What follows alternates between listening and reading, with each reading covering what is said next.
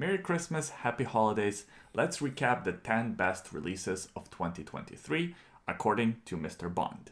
First, some honorable mentions. Tudor Black Bay 54, Longines Legend Diver, Rolex Yacht-Master 42mm in titanium, Seiko Prospex Speed Timer Panda Dial Chronograph, Christopher Ward C1 Moonphase, Nevada Grantian Paul Newman Orange Chronograph, Breitling Avenger lineup, and the Tudor Pelagos FDX collaboration with Red Bull Racing. Those releases were great, but they didn't make it in my top 10. By the way, my top 10 is not in any particular order.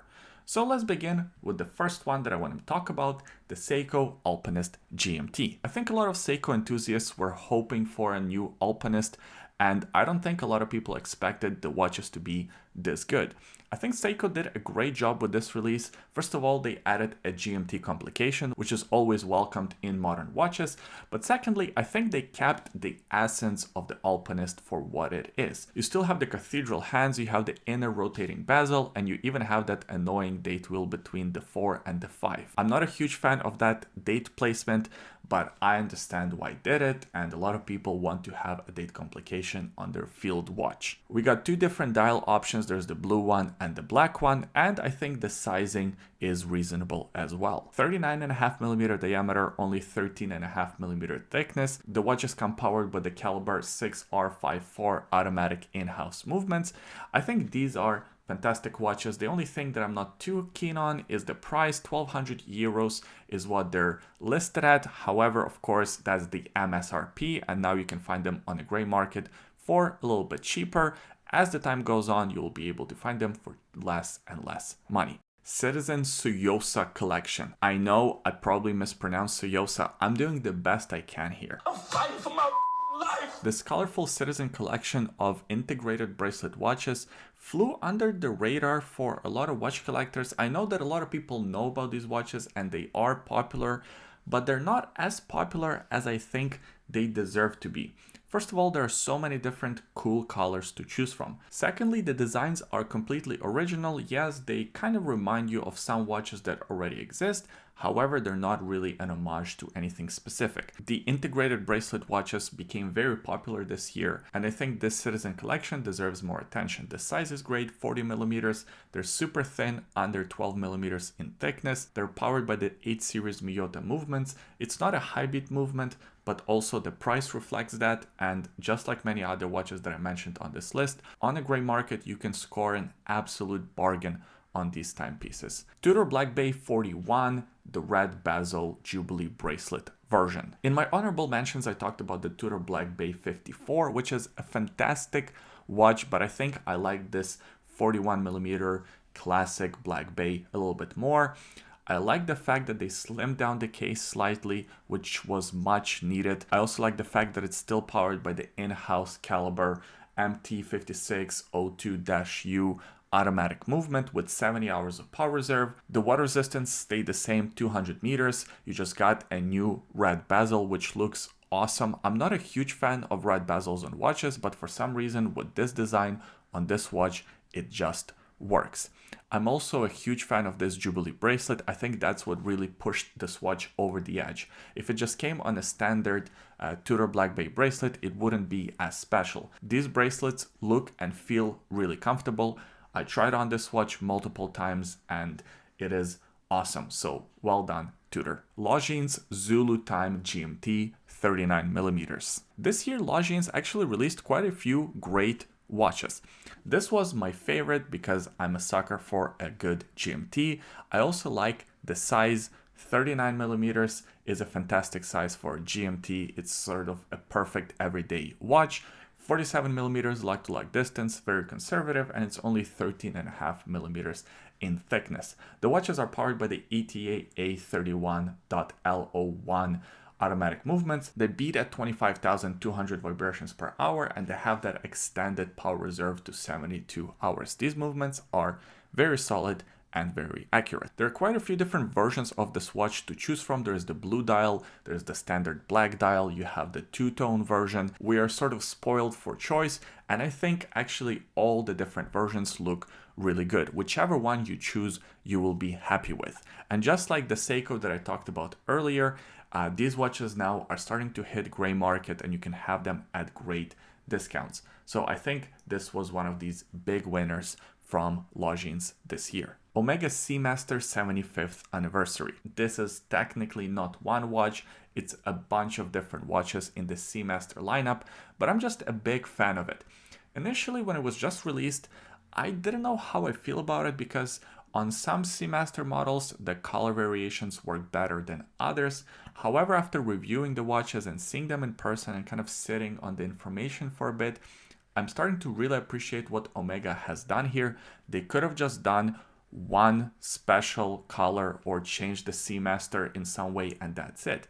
But they haven't done that. They actually released a bunch of different Seamasters in the new color variation. You could argue, hey, it's just a different color, but a lot of work goes into creating this color in so many different models. I also like the creativity behind the colors getting darker and darker.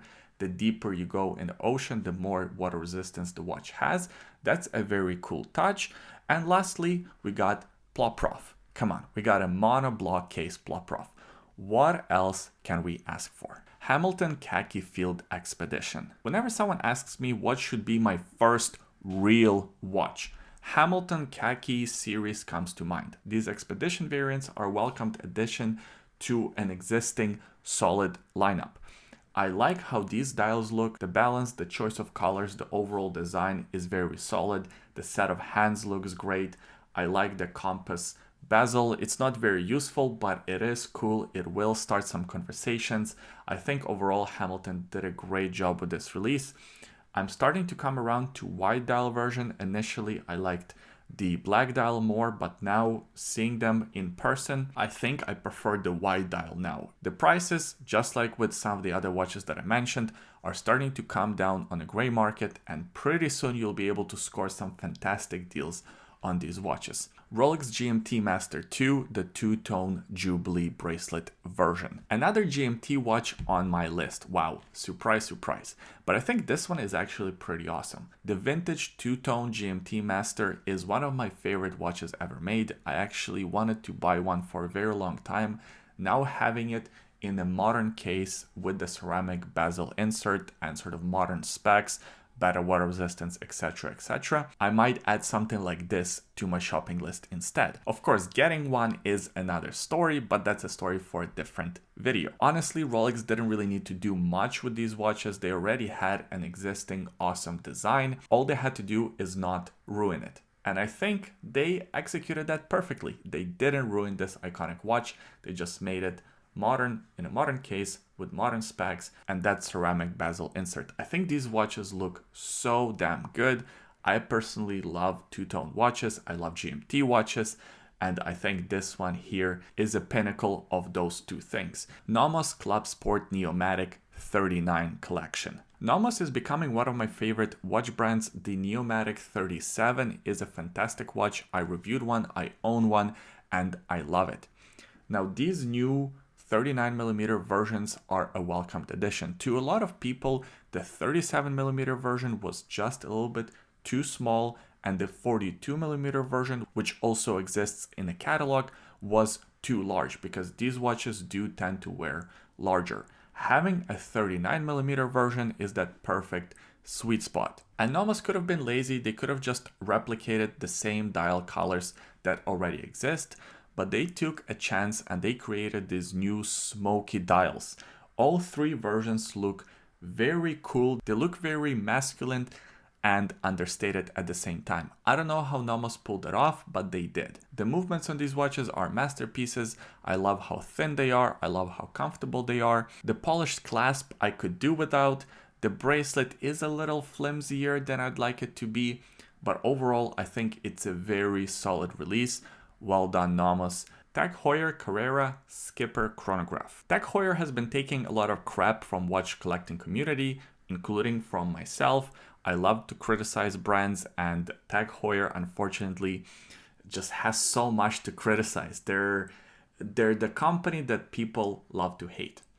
But no matter how you feel about Tag Heuer as a company, you can't argue that this is not a great looking chronograph. It harkens back to the design principles and the aesthetic of vintage Heuer chronographs. The Skipper is a legendary watch in the watch collecting community, and now you don't have to spend your kid's entire college fund to have one in your collection. This new modern version looks and feels great. I love the fact that it's not too big, 39 millimeters in case diameter, it's 13 millimeters thick. The color combination is very colorful, but it's still conservative. They didn't go overboard with it. Everything about this watch, including the movement, including even the price, just works.